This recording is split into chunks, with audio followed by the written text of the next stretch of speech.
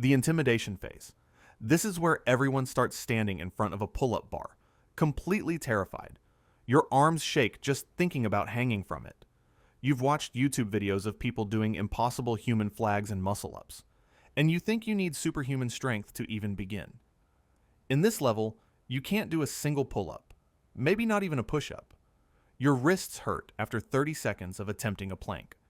You spend more time watching calisthenics videos than actually training because the gap between where you are and where you want to be feels impossible to bridge.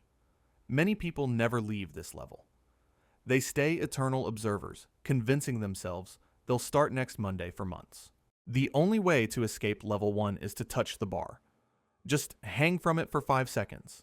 That's it. The failing phase. Welcome to the realm of attempted basics. You've gathered the courage to actually start, but your body isn't cooperating. You're attempting push-ups on your knees, doing assisted pull-ups with resistance bands that feel like they're doing 90% of the work, and your planks last about as long as a TikTok video. In this level, you're constantly comparing yourself to others and feeling frustrated. You see 14-year-olds on Instagram doing handstand push-ups while you're struggling with regular push-ups.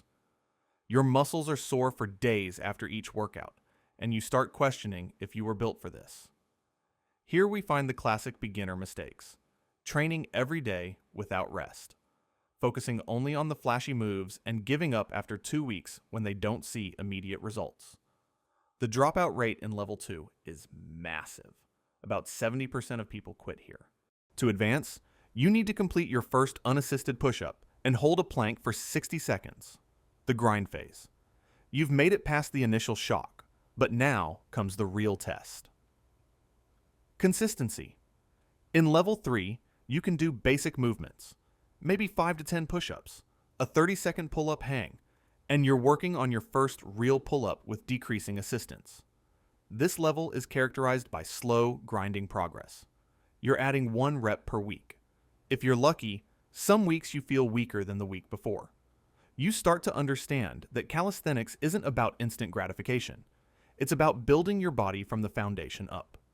Many people get trapped in level 3 for months, even years, because they lose patience with the slow progress.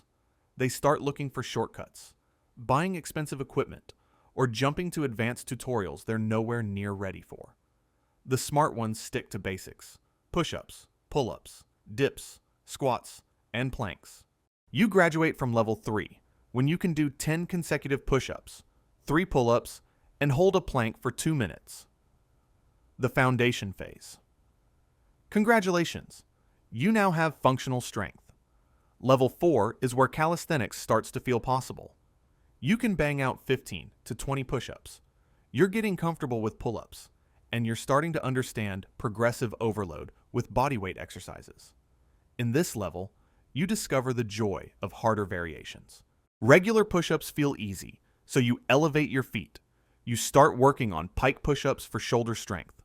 You learn about hollow body holds and begin to understand that core strength is the foundation of everything in calisthenics. This is also where you start to look at intermediate skills like handstands and muscle-ups. But you're smart enough now to know you need more strength first. You're no longer watching random YouTube videos. You're following structured programs and understanding progression pathways. The trap of level 4 is ego. You feel strong enough to skip steps, but the wise ones continue building their foundation. You advance when you can do 25 push-ups, 8 pull-ups, and hold a handstand against the wall for 30 seconds. The skill acquisition phase. Welcome to the level where calisthenics becomes an art form. You're no longer just building strength. You're learning skills that require coordination, balance, and body awareness. You're working on your first muscle-up, getting comfortable in freestanding handstands, and maybe attempting your first human flag progression. Level 5 is where many people discover their preferences. Some fall in love with static holds, like pulchis and front levers. Others prefer dynamic movements and start learning flow sequences. You begin to understand that calisthenics is highly individual. What works for others might not work for your body type. This level demands patience like no other. Skills can take months to develop, and progress isn't linear. You'll have breakthrough days followed by weeks of feeling like you're moving backwards. Your nervous system is adapting as much as your muscles. The danger in level 5 is injury from attempting skills you're not ready for. Respect the progressions. You progress when you can perform your first muscle up. Hold a freestanding handstand for 15 seconds and demonstrate good form in advanced progressions. The integration phase. You're now what most people would consider advanced. You can flow between movements seamlessly. Your muscle-ups are clean. Your handstands are stable. And you're working on skills that most people think are impossible. In level 6, you're combining movements into flows. Your training sessions look more like dance rehearsals than traditional workouts. You can perform human flags, front levers, PLCs, even if just for a few seconds. And you understand the subtle details that separate good form from great form. This is where calisthenics becomes meditative. You're not just moving your body.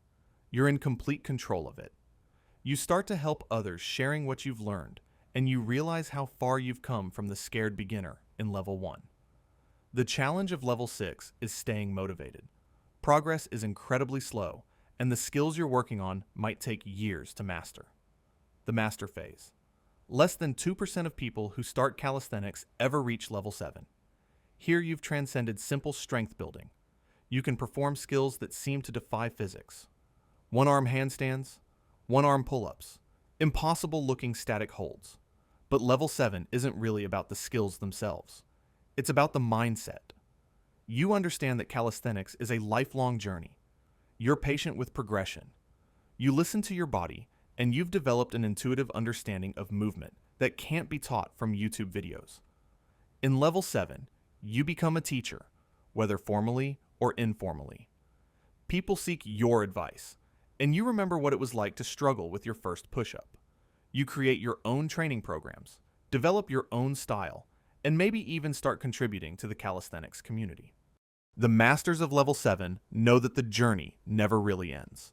There's always a new skill to learn, a movement to perfect, or a way to help someone else begin their own journey.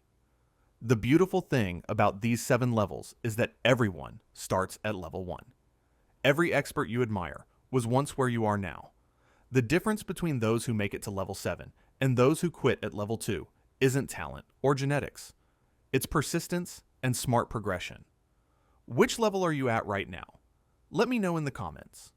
And if you want a detailed breakdown of exactly how to progress through each level with specific workouts and timelines, hit that subscribe button and I'll make that video next.